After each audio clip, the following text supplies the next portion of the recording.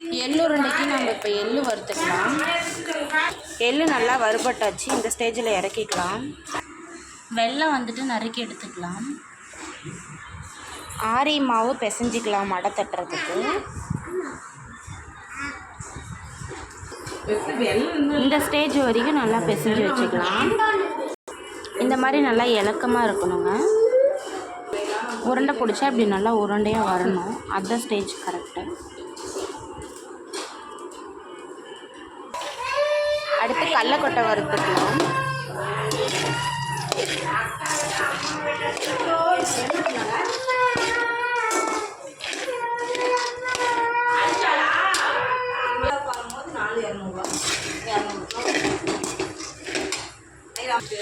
கடலக்கொட்டை நல்லா வணங்கிடுச்சு. அடுப்பு ஆஃப் பண்ணிடலாம். அடை சுடுறதுக்கு கல் சூடு பண்ணிக்கலாம். அடை கல்லில் போட்டுக்கலாம்.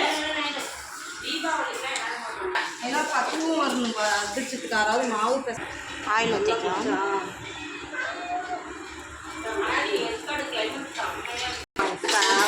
முன் சைடு வெந்துருச்சு. இப்போ திருப்பி போட்டுக்கலாம். கொஞ்சம் ஆயில் விட்டுக்கலாம். இதே போதும். வெந்துருச்சு. இப்போ எடுத்துடலாம். எல்லாம் ரெடி பண்ணி வச்சாச்சு. இதெல்லாம் போட்டு அரைச்சி உருண்டை பிடிச்சா நம்மளுக்கு எள்ளு ரெடி.